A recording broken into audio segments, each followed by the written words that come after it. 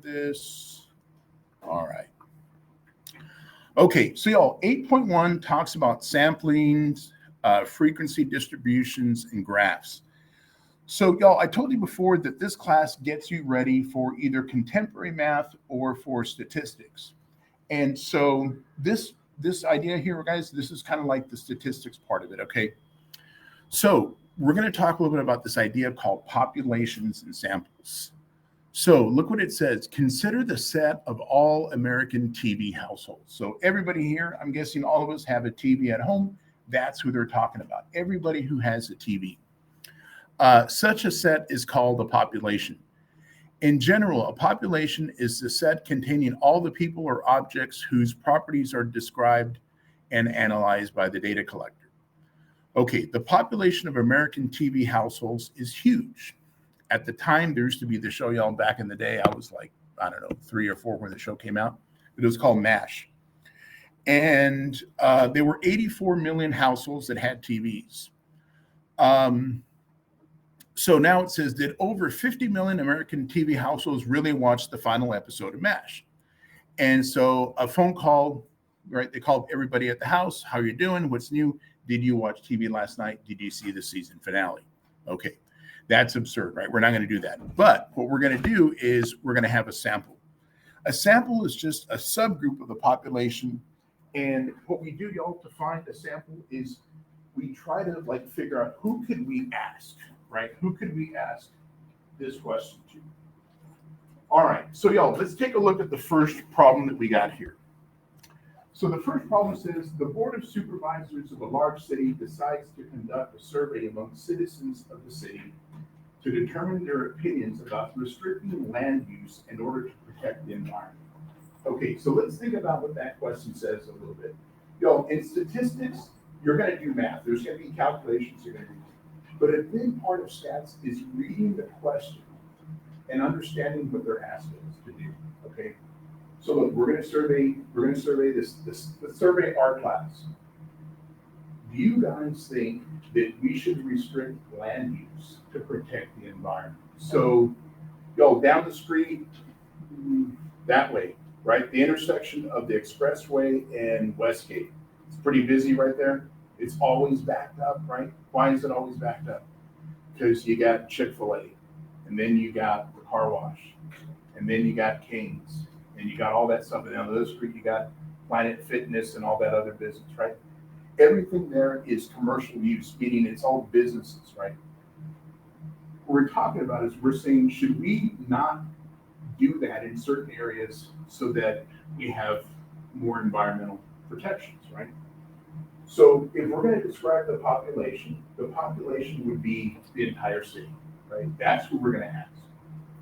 Now, part B says a supervisor suggests by opinion sample by surveying people who hike along one of the city's nature trails. Each person will be asked to express his or her opinion. Does this seem like a good idea? So, let me ask you a question. People who go hiking along nature trails, do you think they would have a certain opinion on protecting the environment? What do you guys think? Anybody got an idea? Do you think they would be for protecting the environment? Do you think they'd be against? Do you think more of them would be for? Do you think more would be against? What do you guys think? If you go hiking regularly, right, you're an outdoors person, do you think those people would be more likely or less likely to want to protect the environment? Anybody have an idea? More likely, right? They'd be more likely. Why? Because they're outdoor folks. When we do that, when we go to a certain demographic, a certain group of people who we think are going to give us the answer that maybe we want to hear, that's what we call a bias, right? We're going to those people because we think they're going to tell us what we want to hear. That would not be a good idea, y'all. We want to get a more varied response, right? So would it be a good idea? No. So what we do, y'all, we do random sampling. A random sample is obtained in such a way that every part of the population has an equal chance of being selected for the sample. So let's take a look at this problem that we got here. A group of large, a government, I'm sorry, the government of a large city needs to determine whether the city residents will support the construction of a new gym. The government decides to conduct a survey of sample of the city's residents. Which of the following procedures would be the most appropriate? Okay, so we're going to build a new public gym, right? So people can go work out, right? It's part of the city, that kind of thing. Do you think we should ask the people who are going to work there if this is a good idea? Well, maybe not, right? Why? Because they're all going to say, yeah, we should do it. Why don't I get it done? Every 10th person to go to the bathroom. That seems kind of weird. The last 100 residents listed in the telephone book. So we're going to look up all those out of this, right? Or the Zuni does, right? That seems kind of weird to me. What about a sample of people within each geographical region of the city? So we broke up Westerville into the northern part, the southern part, the western part, and the eastern part. And we just said we're just going to take a few people from each. That's probably the better approach to go, right? Because it's more random, right? We're kind of just picking people, but at least it's a little bit more uniform, right? Okay. So y'all, we're going to talk about something called frequency distributions. So it says, it's not uncommon for statisticians and others to have to analyze thousands of pieces of data. A piece of data is a single response to an experiment, and data also is going to be plural. So you can have a bunch of pieces in that information. When the amount of data is large, it's usually advantageous to construct something we call the frequency distribution. A frequency distribution is a listing of the observed values and the corresponding frequency occurrence. So we're going to make a frequency distribution, y'all, right here. Okay, so let me zoom out. It's probably on your next page. But this is what we're going to do. It says the number of children per family is recorded for 64 families. Can we make a frequency distribution of this data? Okay, so this is what we did, y'all. We asked 64 couples, how many kids do y'all have? Okay, so y'all, what we're going to do is we're going to do this. There's some people here, y'all, that said they had no kids, and there's some people who had 5 kids, and there's some people who had 8 kids, so on and so forth. Let's count all the people who said they have no kids. So y'all, I'm going to start counting. 1, 2, 3, 4, 5, 6, 7, 8. There's 8 people here. Let me get you this. There's 8 people here who said they have no kids. Okay. Now let's start counting the number of people who had 1 kid. So I'm going to come back here and I'm going to count. Look, y'all, all the way through there. I already know that's 8, 9, 10, 11. 11 people who have 1 kid. Okay. Let's count the number of people who have 2 kids. Well, again, right here, y'all, boom. That's 8, 9, 10, 11, 12, 13, 14, 15, 16, 17, 18. 18 people who have 2 kids. Let's count the number of people who have 3 kids. Check it out, y'all. Boom. There's 8 already. 9, 10, 11. There's 11 people who have 3 kids. Now, I'm going to count the people who have 4 kids. 1, 2, 3, 4, 5, 6. There are 6 people who have 4 kids. Let's count the number of people who have 5 kids. 1, 2, 3, 4. So there's 4 people who have 5 kids. Let's count those that have 6. 1, 2. There's only 1 person or 1 couple that has 7 kids. There are 2 couples that have 8 kids. And there's 1 couple who have 9 kids. Now, y'all, the advantage of doing this, right? The advantage of making what we call a frequency distribution is Before, if I looked at all this info right here, man, that's just a bunch of numbers up on the page, right? But now, when we look at something like this, remember, this is a number of couples who had these number of kids. What was the most common number of kids to have? But which one did people say, this is how many kids we have the most? So when we do all, we look over here at the frequencies. This is the biggest number, right? There's 18 families. 18 families said we have how many kids? 2, right? That's what we would call the mode. It's the one that occurred the most. It was the most frequent, right? Y'all, another thing we could do is we could say, look, as families get larger, 5 kids, 6 kids, 7 kids, 8 kids, 9 kids, look at the numbers. Are they bigger or are they smaller? Oh, they're smaller, right? Maybe having 3 kids, 2 kids, 1 kid, or not at all seems to be occurring more than having more kids, right? So there's certain things you can answer just by organizing the information that way, right? Otherwise, you're just kind of looking at it like, what does it tell you? I don't know. But now there's more stuff that you can kind of figure out from here. Okay, y'all, let's do another question regarding frequency distributions. Okay, so the first thing here says a questionnaire was given to students. Their first question asked, how stressed have you been on the last week on a scale of 0 to 10, with 0 not being stressed at all and 10 being as the most stressed as possible? And the responses are shown to the right. Okay, so again, y'all, these are the stress levels. And then over here, these are the number of people who said that's the level of stress that I'm feeling, okay? All right, now let's take a look at the question here. Which stress rating describes the least number of students? So what I'm going to do is I'm going to come back to this table right here, and I'm going to ask myself, out of those numbers that I got highlighted there in purple, which is the smallest number? And you would say 2 is the smallest number, right? And that whole list, 2 is the smallest one. Now, what they're asking me to do is they're asking me, what is the stress rating associated with 2? And it's also 2, right? And then part B says, how many students responded with that stress rating? And we would say 2. And you're like, why'd you get 2? Because that was the smallest number that I had in the list, right?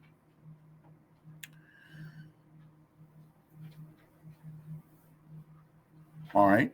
So y'all, I'm going to scroll down a little further, right? And let's take a look. And it says a questionnaire was given to students in an intro stats class in the first week. And it said, how stressed have you been in the last 2.5 weeks on a scale from 0 to 10? Again, 0 not being stressed at all, and 10 being like, tengo mucho pressure. The students' responses are shown in the frequency. How many students were involved in this survey? So y'all, again, first thing I want to do, these numbers right here are the number of people who answered the survey with those corresponding stress levels, right? So y'all, if I want to know how many people responded to the survey, what I'm going to do here, y'all, sorry, let me get this to work, is I'm going to grab my calculator. Okay, let's go standard. Let's move this guy over. And what I'm going to do, y'all, I'm going to start adding all these guys up. 5 plus 4 plus 2 plus 12 plus 15 plus 10 plus 13 plus 32 plus 28 plus 15 plus 19. And so we came up with 155, right? And what we did, y'all, is we added all those folks up right there. Okay. And that's how we're able to answer the question, right? Okay. Y'all, sometimes instead of having like a stress level of 0 and 1 all the way to 10. Sometimes we might say we're going to do a stress level between 0 and 2, and between 3 and 5, and between 6 and 8, and stuff like that. We put them in, instead of a single rating, like a range. Okay. So it says right here, often data are grouped in classes to provide information about the distribution. Graphs are called histograms, and frequency polygons can be made of group data. All right. So when we have something that we call group data, we group them by classes, y'all. It says classes should be the same width. Let me tell you what we mean by the same width. So y'all, again, if we're referring to, like, say, stress levels here, right? Instead of saying 0 through 10, they're going to say, how do you feel about a stress level between 0 and 4? And it's not very stressed at all, right? I'm just kind of making that part up. But y'all, when they say classes 0 through 4, what they mean are the numbers that we're looking at are those numbers right there, 0, 1, 2, 3, and 4. And then when we go 5 through 9, what we're going to go is we're going to do this 5, 6, 7, 8, and 9. And we keep playing that game. Y'all, what I want to know is how many numbers do we have in each of those lists? How many numbers are here? Anybody know? Or how many numbers are here? How many numbers that I just underline in, say, that row? We underlined 5, right? This is what we mean by the class width. The class width here is 5. Now, what we're saying, y'all, is when we're going to do these things in classes, every class should have the same numbers. So it should be 0 through 4, 5 through 9, 10 through 14. We don't want to put like one class 0 through 4, and then the next one 5 through 20. That's, everything needs to be the same. Y'all, an easy way that you can find the class, subtract. 5 minus 0, 5. 10 minus 15, or 10 minus 5, I'm sorry, still 5. 15 minus 10, 5, right? You can subtract this way. My friends, you can also subtract this way. 9 minus 4, 5. 14 minus 9, 5. You can subtract that way. But that's going to tell you how you can find the class width, okay? Guys, classes should not overlap, okay? So you're not going to have one 0 through 4 and the next one 3 through 11 because it's overlapping there, okay? All right, so look, let's do this. It says a professor had students keep track of their social interactions for a week. The number of social interactions over the week shown is in the following group frequency distribution. Identify the lower limit of the second class. Okay, so y'all, let's see if we can figure out what we're talking about here. So guys, when we're talking about the lower limit of the second class, this here is the second class. It's the second sort of range of numbers. The lower limit, y'all, would be that number right there. So we would say that's 40. These numbers here are the lower limits. And then these numbers in that column are what we call the upper limits. Okay. All right. So y'all, there's a couple of questions here. And the second question says, what is the class width? Remember, y'all, the easy way we can find the class width, subtract. We're going to say, what is 40 minus 35? Boom, it's 5. Okay. You can do it like that, y'all. If you can, and again, you can pick, it has to be consecutive. It has to be like these two here or these two here. It's got to be one right after the other, but you're going to subtract, you're going to get 5 every time. Okay. Now, let's look at the next question. It says, how many students had at least 70 social interactions for the week? Now, y'all, remember what at least 70 social interactions means. It means 70 or more, right? So what I'm going to do, y'all, is I'm going to say, look, right here, that's 70 to 74. I'm going to look at those three, okay? And if I'm going to look at those three, y'all, I'm going to count these folks right here. So I'm going to say 7 plus 1 plus 4. Boom. There should be 12 folks that had at least 70 social interactions. Because I'm looking at 70 or more. So I'm just going to count those folks right there.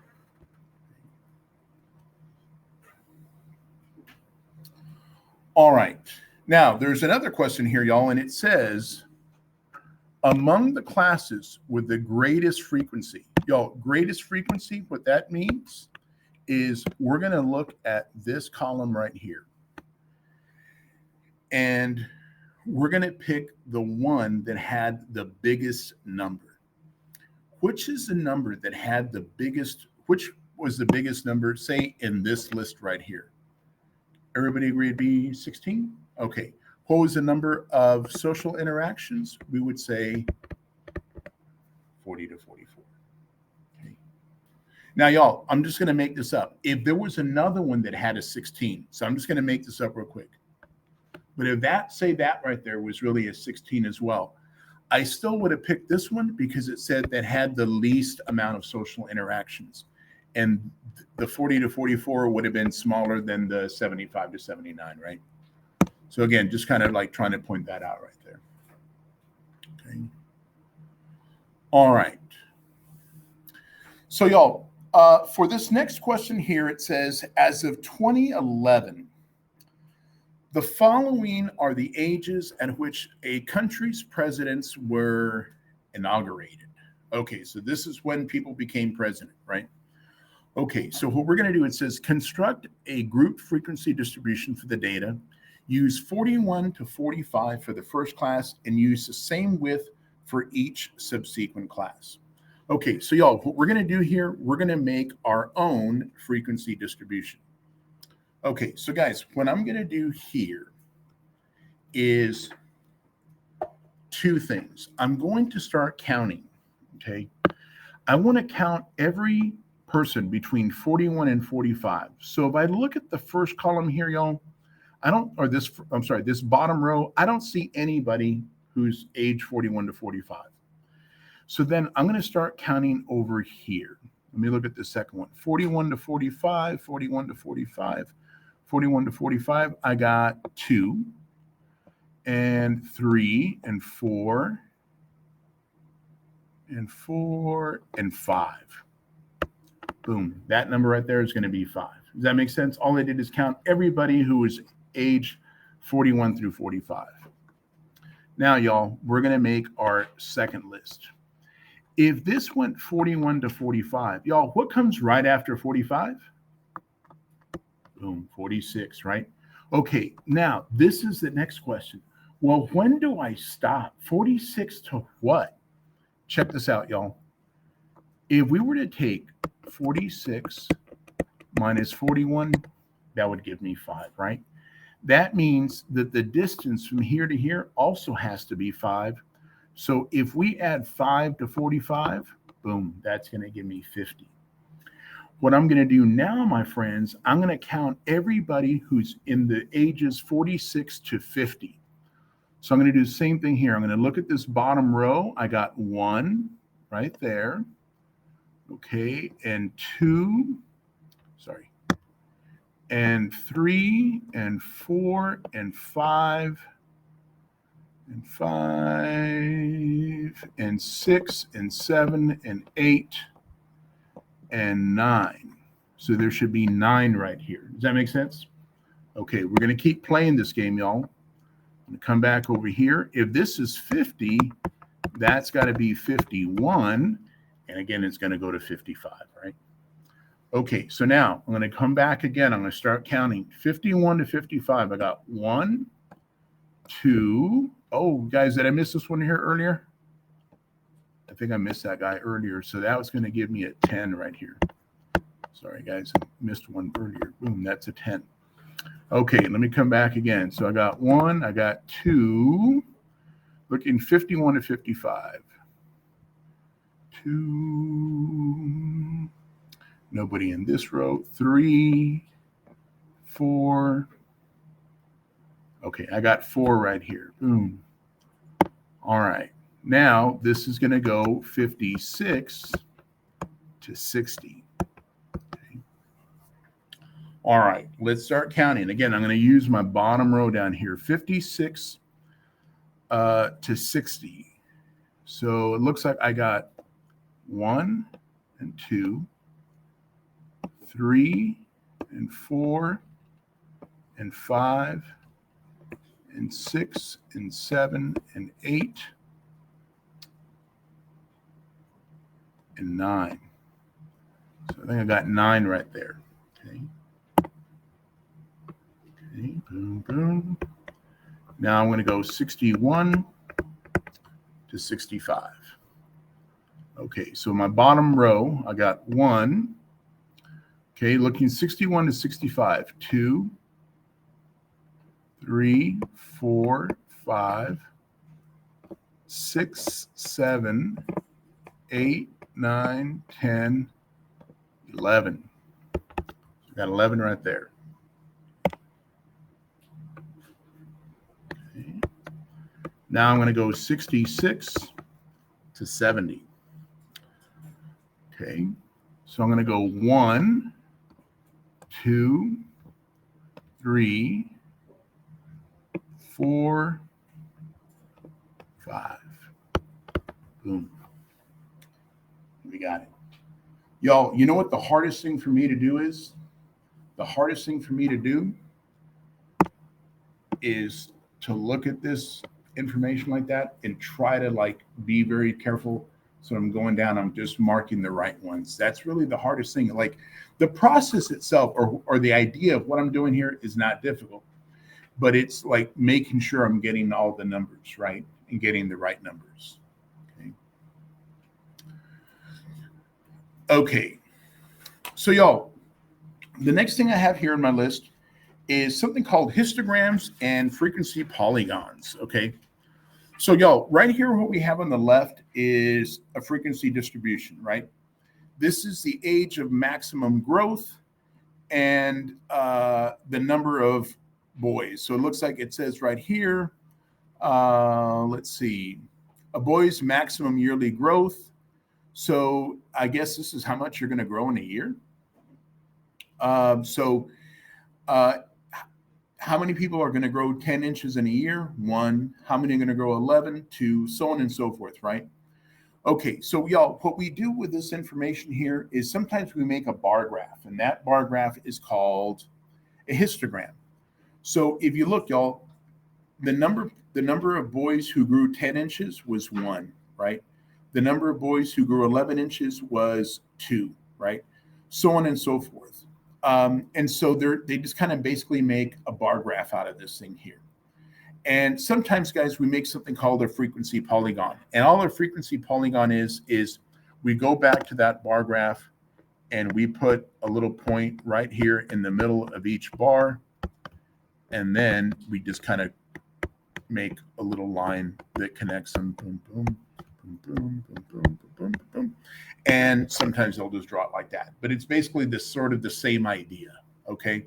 It's just more of a graphical or a visual representation of it, okay? Instead of just like a table of numbers. So y'all, what we're going to do here is we're going to take a look and we're going to see if we can figure out how to match a histogram using a frequency distribution, okay?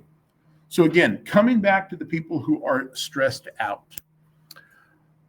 0 to 10, again, 0 being I'm not stressed at all, 10 being like tengo mucha pressure, right? The students' responses are shown. Construct a histogram and a frequency polygon for the data. So again, y'all, I took this problem directly from your homework. All you're going to try to do is match up what we have here with the appropriate histogram. So y'all, what I'm going to do is I'm going to say, look, here are my stress ratings. My stress ratings are the numbers on the bottom, right? And then the height of the bar, y'all, is going to be represented by these numbers right here, okay?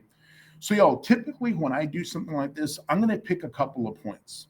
Like I'm going to go through and I'm going to say, okay, on a stress rating of 0, meaning the first number here, which one looks like it's rated at about a level of 1, right? Which one looks like it's about there's only about 1 person on there.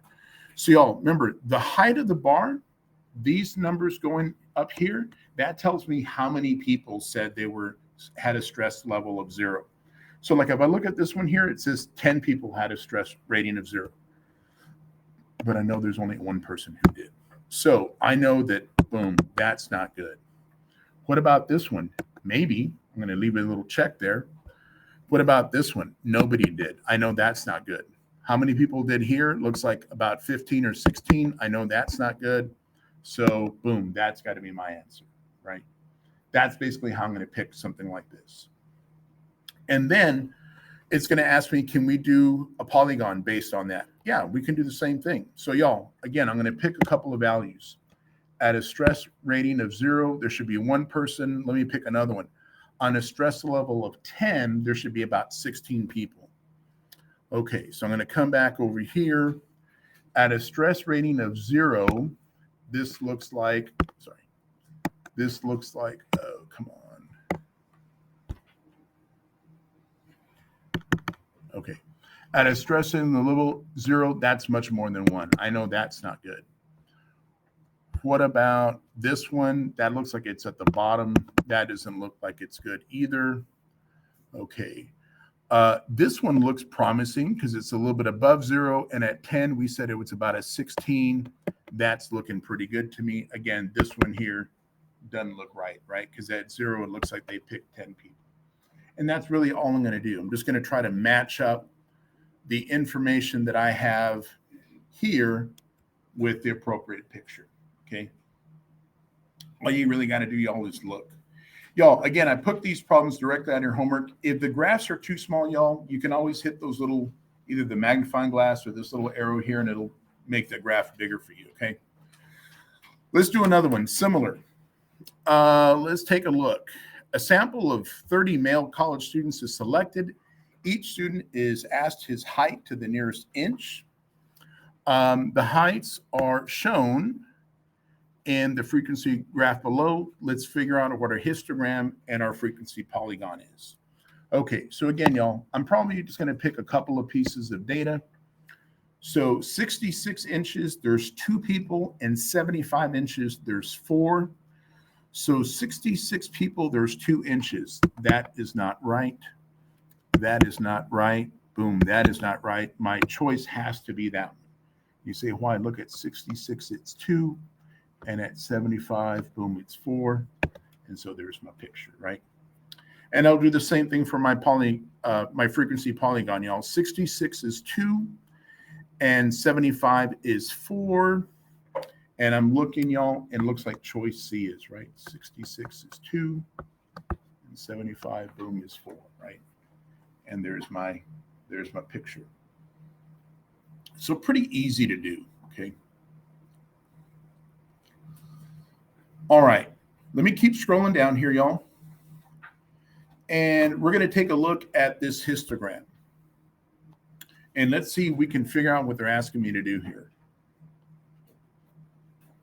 It says the histogram to the right shows the starting salaries rounded to the nearest $1,000 for college graduates based on a random sample of recent graduates. Determine whether the following statement is true or false from the graph. Okay, it says more college graduates had a starting salary in the $51,000 to $55,000 range than the $36,000 to $40,000 range. Okay, let's see what they're telling me. They're telling me that this number here, this bar, should be, because it says there's more of it, so that bar should be higher than the 36 to 40. Y'all, does this line or that bar look like it's higher than that one? No, it isn't, right? And you say, why? So it's going to say false because this bar here is shorter than that one right there. Boom. It's very straightforward, right? All you got to do is read it. Okay.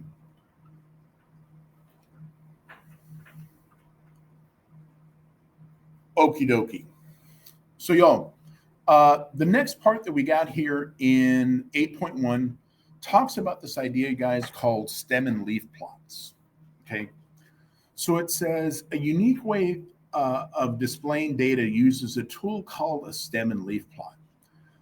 Example 5 shows how we can sort the data, revealing the same visual representation represented by a histogram.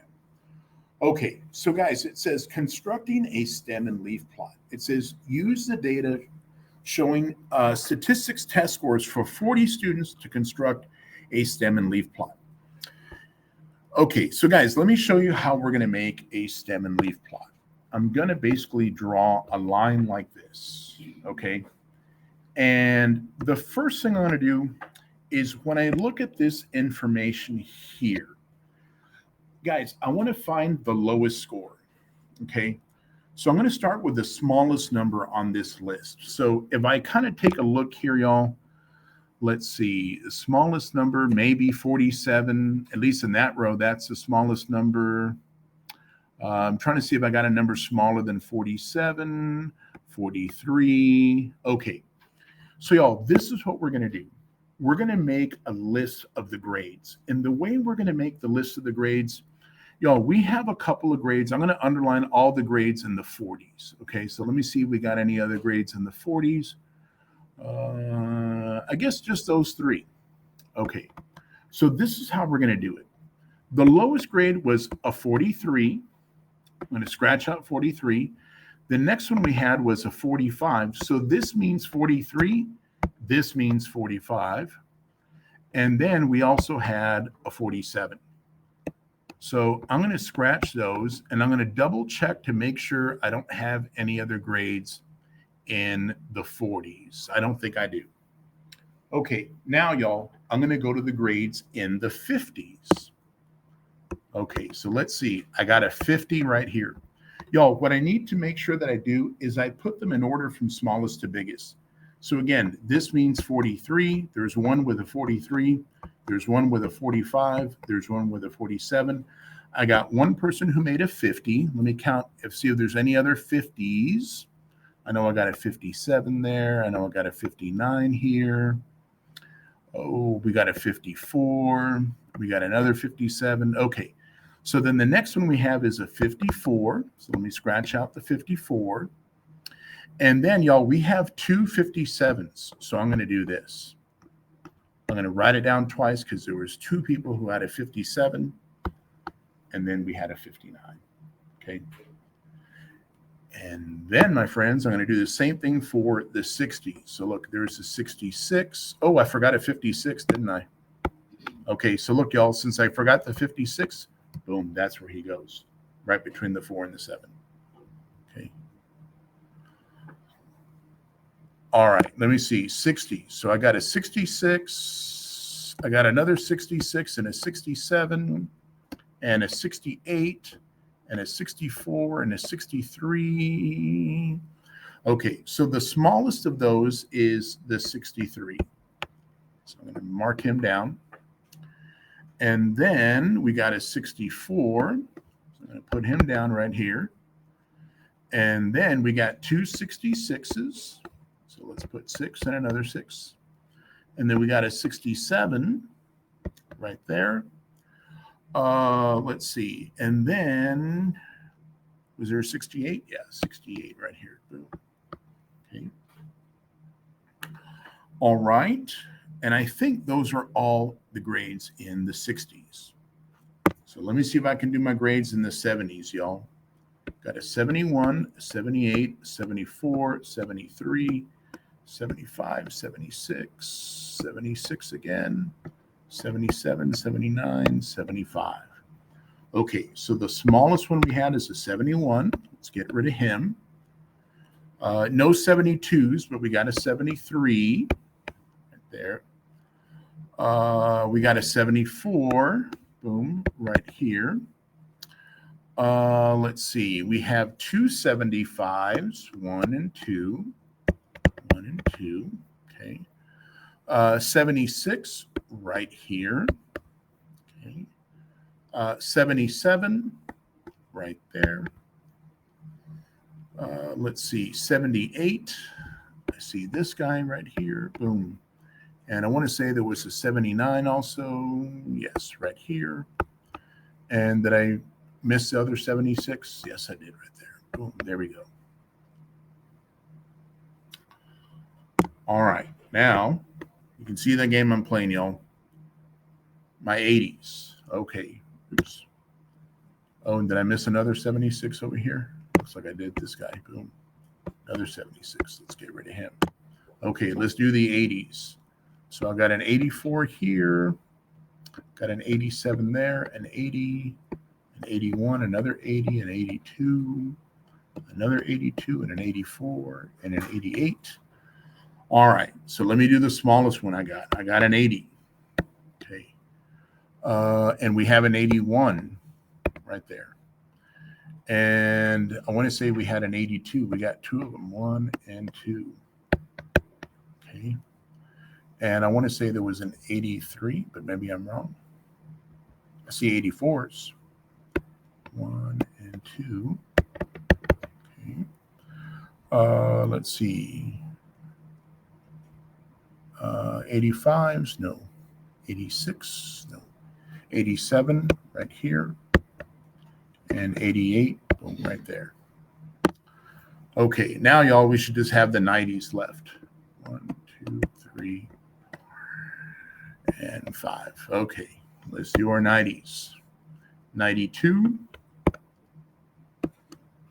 93, and 2 94s. And that's basically what you're doing, okay?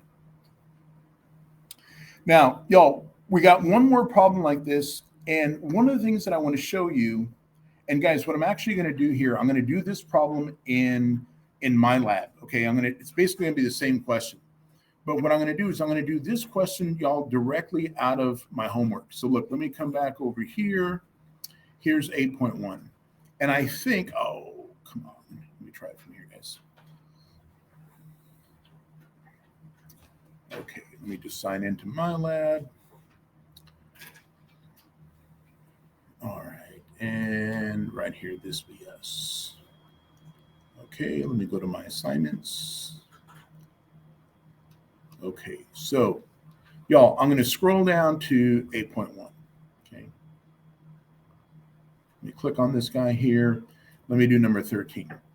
All right, so y'all, the reason I want to do this in MyLab is you can see that the most difficult part, y'all, is like making the little scratches, right? So y'all, a couple of things you can do to help this process go easier. If you click on this right here, it's going to ask you to do one of two things. You can open this in Excel. So guys, if you open this in Excel, it's going to open up a spreadsheet for you. And I'm just going to show you a couple of things that you can do. And guys, I am not an expert in Excel at all. So I'm going to enable editing. Okay, if it does that, not right now. Y'all, the first thing I'm going to do, I'm going to copy this whole list. I want to highlight every number in my list. Okay, so I'm going to stop, boom, right there. Once I do that, y'all, I'm going to go right here where it says data at the top. And then right here, the first one where it says sort. If I do that, y'all, I want you to notice what it did. Let me see if I can, I was just trying to see if I could zoom in a little bit or make this a little bit bigger. There's usually a way. Here we go. View. Let's go zoom. Let's go 200%. Boom. Okay. All right. What it did, y'all, it put all of those numbers for me in order from smallest to biggest, right? So then check this out. Look, I got a 24, I got two 25s and a 26.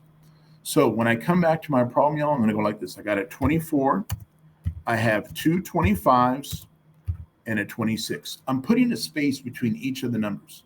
Check my answer. Okay. Oh man, this problem became so much more easy breezy cover girl for me to do. Check it out. I got a 30, I got two 31s. All right, so I'm going to go in pieces. I got a 30. Boom. I got two 31s. Oops, sorry. Two 31s, a 33, a 35, and 1, 2, 3 36s. A 33, a 35, and two 36s. A 33, a 35, and two 36s. Or three 36s, sorry. So drop another one in there. Boom. All right. And what else do we got? We got a 38 and a 39. So I'm going to come back here, a 38 and a 39. Check my answer. Okay. See how much more easy this is now? Then when I'm doing my 40s, I got two 40s and two 41s. So I'm going to come back here, two 40s. Oops, sorry. Two 40s, two 41s, right? And what else we got? A 42, a 43, and 3 44s. 42, a 43, and 3 44s. And what else do we got? A couple of 46s, 2 46s. 1, 2. 2 46s, a 47, and 2 49s. 47s. Space, don't forget space. 2 49s, let's check it. Okay, we're good. What about my 50s? I got a 52, a 53, a 54, a 56, and a 59. 2, 3, 4, 6, 7, and 9. 2, 2, 3, 4, 6, 7, and 9. Okay. All right. And 60s. Let's see. 2 62s. 2 62s. A 64. 2 65s and a 68. 68. Okay, check my answer. Okay, now I'm done. Okay, now it says, what does the shape of this display reveal about the ages of the professor? Okay, so let's take a look here, y'all. Just kind of looking here, there's 24s, right? These are the 20s, the 30s, the 40s, so on and so forth. Look at the first question. It says, if you're younger than 30, you cannot be a college professor. That's not true because we got people who are in their 20s. The greatest number of college professors are in their 40s.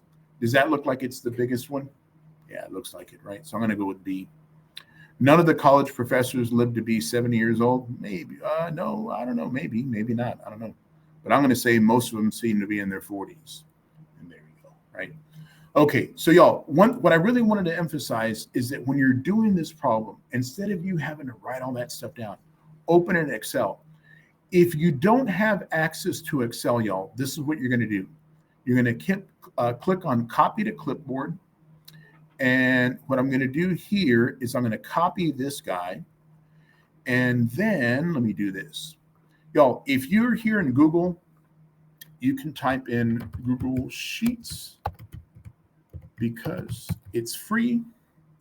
Let's go like this, Google Sheets. Oh, try, I guess, I don't know. I'm going to do it from here, you guys, because I have access to this guy already. But I'm going to go right here. I'm going to go to my Google Drive, right? I'm going to go to New. I'm going to go to Google Sheets, okay? And then what I'm going to do, y'all, right here, I'm going to click on this guy, and I'm going to paste it. Okay, I got all my numbers right there, right? Y'all, same thing here. I'm going to highlight all these numbers right over here. Okay, stop right there. I'm going to go to Data. I'm going to go to Sort Sheet. I'm going to go Sort by Range, Sort by Range right here. That should put it in order from smallest to biggest. And everybody has access to Google Sheets, y'all, because Google Sheets is free, okay? And it does the same thing for you, okay? But the idea, again, is, to me, when I was doing this, having to do all that makes it more difficult. Putting everything in at least a grouped order makes it simple, okay? All right. So, y'all, that right there is 8.2. I'm going to do a little bit of 8.3. Not much of it, y'all, just a little bit, okay? And 8.2, guys, talks a little bit about measures of central tendency, okay? And, y'all, we're going to talk about basically averages, okay? And the first one we have, the first sort of average we talk about, y'all, in stats is something called the mean. And the symbol that we use for the mean is an X with a little line on top of it. And what this means here, the way I read that, that's X bar. Okay, it's just X with a little line on top of it.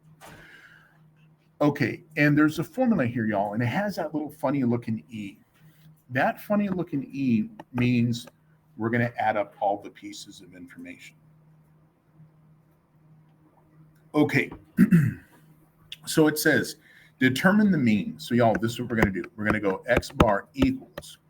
We have a group of firefighters and their ages are 30, 21, 51, 37, and 51. So those are all the firefighters we have, y'all. I'm going to count 1, 2, 3, 4, 5. There's 5 firefighters right there, right? Okay, so y'all, what I'm going to do, I'm going to take my calculator and I'm going to add up all those numbers, y'all. So I'm going to do this in parentheses. So I'm going to go 30 plus 21 plus 51 plus 37 plus 51 again. I'm going to close those parentheses, y'all. The reason I'm doing that, y'all, like this on my calculator is if I add them all up and I don't hit equals or I don't put in parentheses and then I divide it by 5, boom, the average age is 38. Okay. But if I don't do it that way, y'all, and I say start adding them up, if I don't hit equals, what it's going to do, it's going to take 51 and divide it by 5 and then add it to the rest of those. But what we're saying here is the average age is 38. Okay. Now, y'all, we have something called calculating the mean for a frequency distribution. And I'm going to kind of walk you through this process right now. Okay, so y'all, if we wanted to find the mean for this frequency distribution, there's a couple of things that we need to be aware of. Okay. When I start to add the numbers, guys, I'm not just going to add 1 plus 2 plus 3 plus 4 plus 5 all the way to 8. Why? Because this number here tells me how many ones there were. There were 2 ones. This number here tells me how many 2s there were.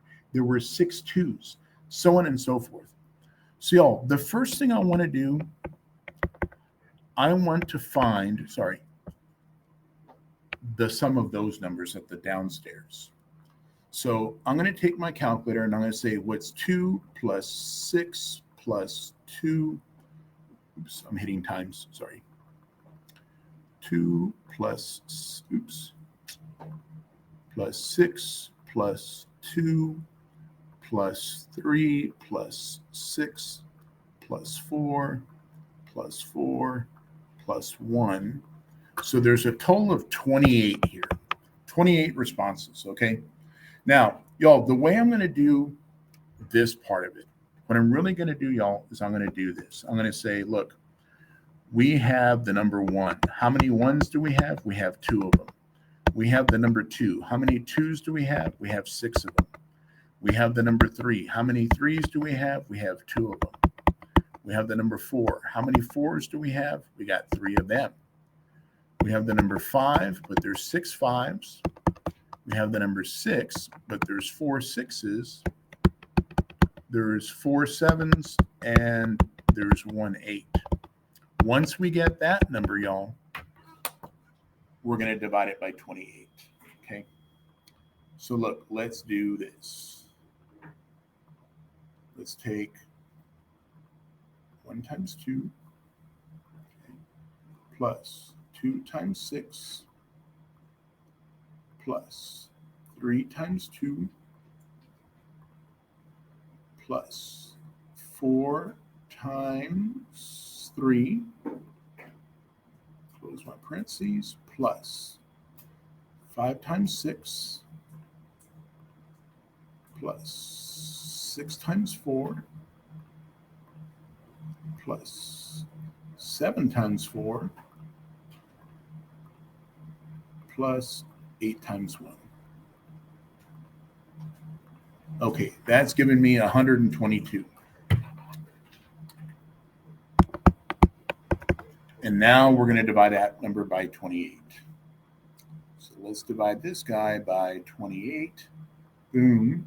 And y'all, when you get an answer like this, they're usually going to ask you to round to a particular value. If they ask you to round to the nearest 10th, it would be 1 decimal place. If they ask you to round to the nearest 100th, it's going to be 2. Let's go ahead and round to the nearest 100th. Y'all, I got a question for you. Do you think we should write 4.35 or 4.36? What do you guys think? 4.36, right? Why? Because that number there is 5 or more. So we're going to end up writing 4.36. And again, it'll tell you where to round to. Okay.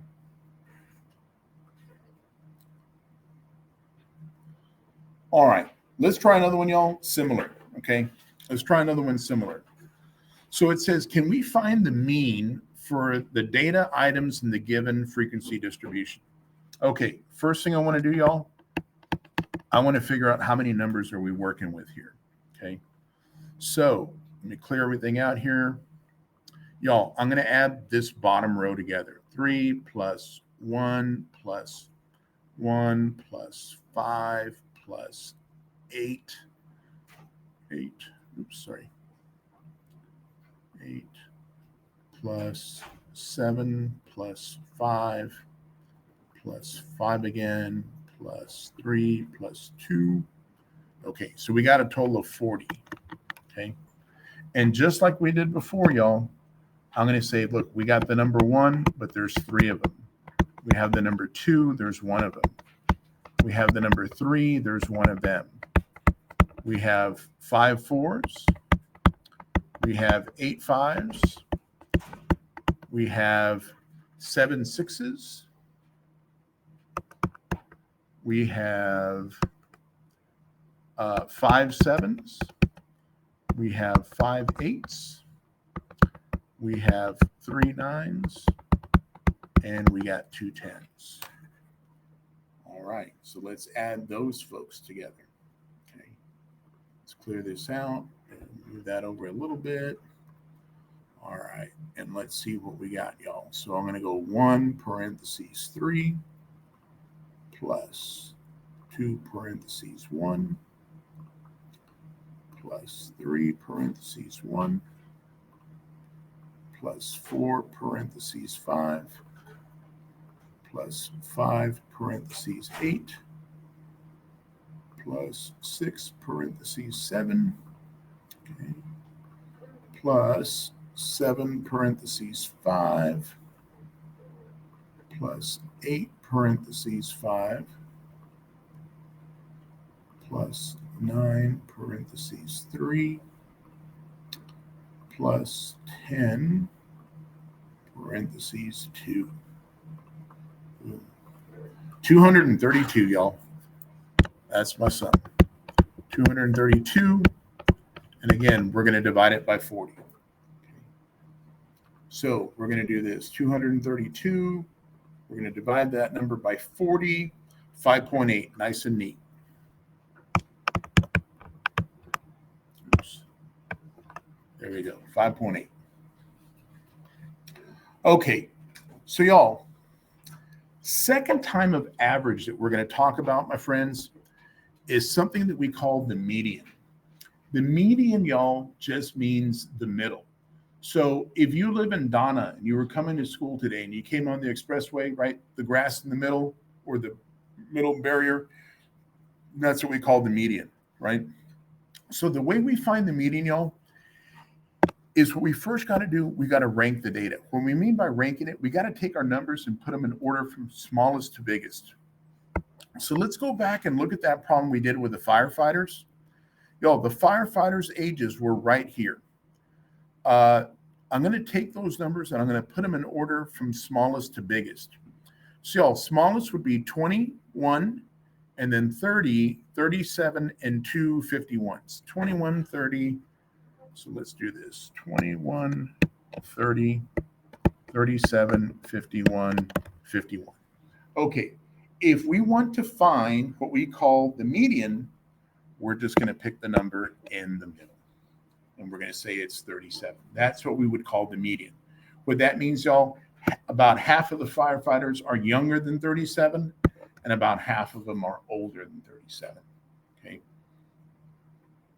All right, let's see if we can find the median for the next two pieces of information that we got here. Remember, y'all, first thing we got to do, put the number in order from smallest to biggest. So if I look at this set here, 9 is the smallest, but then we got an 11, we got another 11, we got the number 12, we got the number 14, we have a 16, we got another 16, and we got this number 17. So first thing, put my numbers order, y'all, smallest to biggest. Now, what we want to do is we want to pick the number in the middle. Y'all, if I start to count 1, 2, 3, 4, 5, 6, 7, 8, there's 8 pieces there, right? Which number is going to be in the middle, there really isn't a number in the middle. So what we do, y'all, is we take the 2 in the middle and we find their average. So if we take 12 and 14 and add them together, that's 26 divided by 2. The median is 13. Again, y'all, what does that mean? About half of the numbers are smaller than 13, and about half of them are bigger than 13. Okay. The median does not actually have to be one of the data points. Okay. It's just the number that's in the middle. Okay. Y'all, if I do the same thing here, if you look, those numbers are already in order from smallest to biggest. So one way people say, what's the easy way to find the number in the middle? Do this. Scratch the first and the last. Scratch the second and the second to the last. Look at the 2 in the middle. 8 plus 8 divided by 2. 16 divided by 2 is 8. 8 is the median right there. Half of the numbers are smaller than or equal to 8. Half of them are bigger than or equal to 8. Okay. Now, there's something called the position of the median. Y'all, the position says if we arrange them in order, again, from smallest to biggest, the median is going to be in the value n plus 1 divided by 2. It'll be in that position. Let me tell you what we're going to do here. It says find the median for the data items in the frequency distribution. Okay, y'all, just like we did before, we're going to add those numbers in the bottom row up. Okay, let's do this. So let me move my calculator this way. I'm just going to add the bottom row. I'm not going to do anything else but add the bottom row. Okay, so let's go 4 plus 2 plus 2 plus 3 plus 5 plus 2 plus 1 plus another 1. Boom. 20. Okay. So we have 20 numbers here, y'all. The way we're going to find where the median is, we're going to take that number 20. We're going to add 1 to it, and we're going to divide it by 2. 21 divided by 2 should be about 10 and a half. So we're going to look for the 10th and the 11th number. Okay.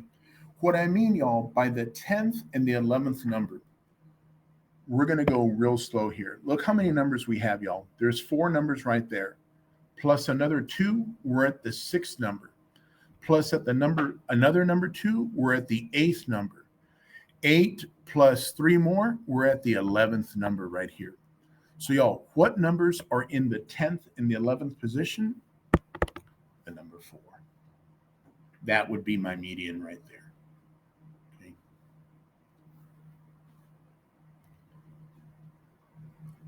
All right, let's try that with the next one. We'll go it the same way. So look, let me take my calculator, y'all. Let me add up my numbers. 3 plus 1 plus 1 plus 5 plus 5 plus 7 plus 5 again plus another 5 again. That's 2 plus 3 5s plus 1 more. Boom. Oops, sorry. That's 2, 3, 4. Okay, I'm coming up with 42, y'all. That's the number I'm coming up with when I do this. So first thing I'm going to do, I'm going to take 42. I'm going to add 1 more and divide it by 2. 43 divided by 2. Let me see what that is. 43 divided by 2 is 21 and a half. 21.5. So y'all, I'm going to look at the 21st and the 22nd number. Okay, let's think about what that means. There's 3 numbers here. There's 4, there's 5, there's 10, there's 15. 15 and 7 more should be 22. So y'all, what number is in the 21st and the 22nd position? The number 6. Does that make sense how I was able to get there, y'all? I'm looking for the numbers that are in the 21st and the 21st and the 22nd position. Again, the way I'm doing that, y'all, I start adding. Look, there's 3, there's 4, there's 5, that's 10, that's 15. 15 and 7 is 22. So the numbers that are in the 21st and the 22nd position would have been the number 6. Okay. And that's how you can find your median when you have that kind of frequency distribution, right? Okay. Y'all, for the next part here, the mode. The mode is the number that occurs the most frequently. So it's asking me, what is the mode of the firefighters' ages? Y'all, when we did our firefighters right up here, what number occurred more than any of the other ones? 51, right? In regards to the firefighters, there were 2 firefighters there were 51 years of age. That's what we call the mode. It occurred more than any of the other ones, okay? Now, how do we find the mode when we have a frequency distribution? Y'all, what we do is we look for the number that has the greatest frequency. What I mean by that is I look at my numbers on the bottom row and I say, okay, what's the biggest number? The biggest number here was 6.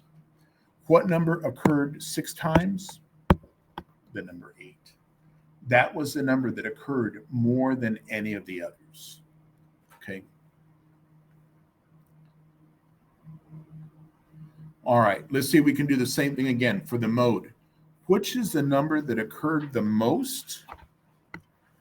I would say 5, because there were, 9 5s? And that number occurred more than any of the other ones, right? All right. And then the last problem we're going to do for the day, y'all, is ask me to find the mid-range. The mid-range just says, what's the lowest value and the highest value, and let's add them together. Let's find the mid-range of the firefighters' ages. So, y'all, I'm going to scroll back up to the top, right? When we first started talking about this stuff here, firefighters, the youngest firefighter, y'all, was 21, and the oldest firefighter was 51. So if I'm going to find their mid-range, right, I'm going to take 21 plus 51, and I'm going to divide them by 2. That should be 72 divided by 2. Boom. That should give me 36. Okay. And that would give me the mid-range. All right. So, y'all, there's still more of 8.2, but we're going to do that next week. Okay. We'll do that next week. So let me do this real quick, y'all. Let me come back here. Let me stop recording. Boom. There we go.